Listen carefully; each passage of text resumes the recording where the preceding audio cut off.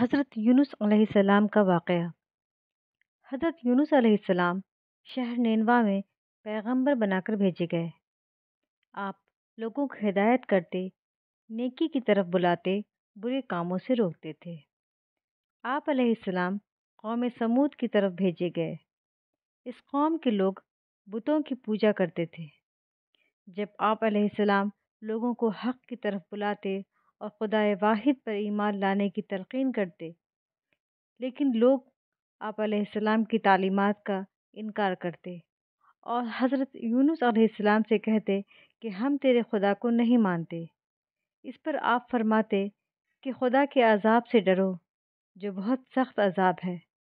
لوگ آپ علیہ السلام کی باتیں سن کر آپ کا مذاق اڑاتے اور آپ علیہ السلام کی راہ میں رکاوٹیں کھڑی کرتے۔ آپ علیہ السلام نے قوم سمود کو راہ راست پہ لانے کی بہت کوششیں کی، لیکن بھٹکی ہوئی قوم آپ علیہ السلام کی نصیحت کا کوئی اثر نہ ہوا، تو آپ کو یقین ہو گیا کہ یہ لوگ خدا پر ایمان نہیں لائیں گے۔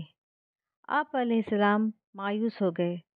مایوسی کی حالت میں آپ علیہ السلام نے قوم سمود کی تباہی و بربادی کے لیے بد دعا کی اور اس سرزمین سے نکل پڑے۔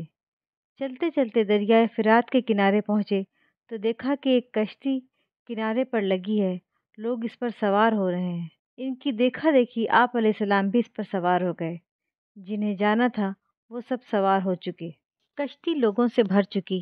اس کے بعد کشتی اپنی منزل کی طرف روانہ ہوئی۔ سمندر پرسکون تھا، آسمان بھی صاف تھا، مسافر اطمینان سے بیٹھے ہوئے تھے۔ جب کشتی بیچ سمندر میں پہنچی تو دیکھا کہ آسمان پر سیاہ بادل اٹھ رہے ہیں۔ پھر ہوائیں چلنے لگیں۔ ہوا اچانک طوفان کی شکل اختیار کر گئی۔ سمندر میں کشتی ڈگمگانے لگی۔ سمندر کی لہریں اوپر نیچے ہونے لگیں۔ بارش بھی شروع ہو گئی۔ طوفان کے جھٹکوں اور پانی کے تھپیڑوں سے کشتی کے ڈوبنے کا اندیشہ پیدا ہو گیا۔ کشتی میں بیٹھے ہوئے مسافروں میں سے ایک نے کہا کہ معلوم ہوتا ہے کہ کشتی میں کوئی ایسا شخص بھی سوار ہے جس سے کوئی بڑی غلطی سرزد ہو گئی ہے۔ جب تک ایسے شخص کو کشتی سے نہ نکالا جائے، کشتی کا صحیح سلامت رہنا محال ہے۔ وہ شخص کون ہے یہ بتانا مشکل ہے جب تک کہ وہ خود کو پیش نہ کرے۔ اس پر حضرت یونس علیہ السلام کھڑے ہو گئے اور کہا کہ میں ہی ہوں جس سے بڑی غلطی سرزد ہو گئی، مجھے کشتی سے نکال دیا جائے تو آئی ہوئی مصیبت ٹل سکتی ہے۔ تمام مسافر حضرت یونس علیہ السلام کا منہ تک رہے تھے، جس نے خود ہی سب کے سامنے اپنی غلطی کا اظہار کیا۔ پھر اس نے ایک زبان ہو کر کہا کہ یہ شخص تو فرشتہ صفت انسان معلوم ہوتا ہے، ہم کسی حال میں اسے کشتی سے نہیں نکال سکتے۔ مسافروں میں سے ایک نے تجویز پیش کی کہ قرعہ اندازی کی جائے، جس کا نام پرچی میں نکلے وہی سزا کا مستحق ہوگا، ہم اسے کشتی سے نکال لیں گے۔ چنانچہ قرعہ ڈالا گیا۔ پرچی میں یونس علیہ السلام کا نام نکلا۔ اس عمل سے لوگوں کو اطمینان نہیں ہوا۔ پھر قرعہ ڈالا گیا تو یونس علیہ السلام کا ہی نام نکلا۔ اس طرح یہ عمل بار بار دہرایا گیا۔ ہر بار یہی ہوا۔ حضرت یونس علیہ السلام نے کہا کہ میں اپنے رب کا نافرمان ہوں، خدا کا حکم بھی یہی ہے، مجھے دریا میں ڈال دو، تمام مسافروں کی جان بچ جائے گی۔ حضرت یونس علیہ السلام نے کشتی کے مسافروں سے اور اللہ سے بار بار کہا کہ وہ کشتی سے چھلانگ لگانے کے لیے تیار ہیں، اس لیے کہ میں نے اللہ کے حکم کا انتظار نہیں کیا۔ آخرکار کشتی کے مسافروں اور ملاح نے مان لیا اور حضرت یونس علیہ السلام کو دریا میں پھینک دیا۔ دریا میں ایک مچھلی حضرت یونس علیہ السلام کی طرف بڑھی اور نگل گئی۔ اللہ نے مچھلی سے کہا، یہ تیری خوراک نہیں ہے، یہ تیرے پیٹ میں امانت ہے جسے واپس کرنا ہے۔ چنانچہ آپ علیہ السلام مچھلی کے پیٹ میں اندھیرے میں رہے، اللہ کا ذکر کرتے رہے اور معافی طلب کرتے رہے۔ آپ علیہ السلام پکار رہے تھے، اے اللہ، تیرے سوا کوئی عبادت کے لائق نہیں، تو پاک ہے، بلا شبہ میں نے اپنے ہی نفس پر ظلم کیا، میں ظالموں میں سے ہوں۔ اللہ نے آپ علیہ السلام کی پکار سن لی۔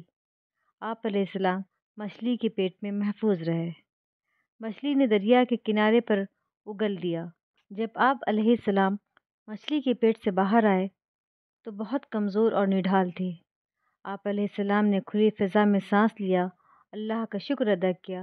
اللہ نے حضرت یونس علیہ السلام سے فرمایا، اگر تو مچھلی کے پیٹ میں میری پاکی بیان نہ کرتا تو نجات حاصل نہ کرتا۔ جس جگہ پر مچھلی نے آپ علیہ السلام کو اگلا تھا وہاں کوئی درخت نہ تھا، نہ کوئی سایہ، دھوپ ہی دھوپ تھی، گرمی بھی ناقابل برداشت تھی۔ اللہ کے حکم سے وہاں ایک بیلدار پودا اگ آیا، پودے کی بیل سے سایہ آ گیا۔ آپ علیہ السلام سائے تلے بیٹھ گئے اور اللہ کا ذکر کرنے لگے۔ کہا جاتا ہے کہ آپ علیہ السلام کے پاس ایک ہرنی آئی تھی اور اپنا دودھ پلا جاتی تھی۔ اللہ تعالیٰ فرماتا ہے کہ ہم نے بغیر گھاس کی زمین پر ڈال دیا اور وہ بیمار تھا، اور ہم نے بیلدار درخت لگایا اور ہم نے اس کو 1,00,000 آدمی کی طرف بھیجا، بلکہ اس سے بھی زیادہ۔ پھر وہ لوگ ان پہ ایمان لے آئے۔ ملک نینوا چھوڑ دینے کے بعد آپ علیہ السلام کی قوم آپ کو بہت زیادہ یاد کرنے لگی۔ آپ علیہ السلام کے نکل جانے کے بعد پچھتانے لگی۔ لوگوں نے محسوس کیا کہ آپ علیہ السلام نبی تھے اور ہدایت کے لیے آئے تھے۔ لوگوں نے اللہ سے معافی طلب کی اور وہ حضرت یونس علیہ السلام کی آمد کا انتظار کرنے لگے۔ لوگوں نے اقرار کیا کہ ہم اللہ پر ایمان لائے، اور اس بات پر بھی کہ یونس علیہ السلام اللہ کے بھیجے ہوئے نبی ہیں، اور آپ علیہ السلام کے لائے ہوئے پیغام پر یقین رکھتے ہیں اور یونس علیہ السلام کی تصدیق کرتے ہیں۔ اور قوم کے لوگ ایک دوسرے سے کہنے لگے کہ اگر حضرت یونس علیہ السلام ہمارے درمیان آ جائیں تو ہم سب ان کی تعظیم کرنے لگیں گے اور ان علیہ السلام کے حکم پر عمل کریں گے۔ اللہ نے حضرت یونس علیہ السلام کو حکم دیا کہ وہ قوم کی طرف جائیں اور اللہ کا پیغام سنائیں اور انہیں برائی سے روکیں، نیکی کی طرف بلائیں، لوگوں کو آپس میں ایک دوسرے سے اچھا سلوک کرنے کی تلقین کریں۔ چنانچہ اللہ کے حکم پر جب آپ علیہ السلام اپنی قوم کی طرف لوٹ آئے تو قوم نے خوشی و مسرت کا اظہار کیا۔ آپ علیہ السلام کی آمد پر اللہ کا شکر ادا کیا۔ واپس آ کر حضرت یونس علیہ السلام نے تبلیغ شروع کر دی اور ہدایت دینے لگے کہ برے کاموں سے دور رہیں، ضرورت مندوں کی مدد کریں، بھوکوں کو کھانا کھلائیں، ننگوں کو کپڑا پہنائیں، کسی کے ساتھ برا سلوک نہ کریں۔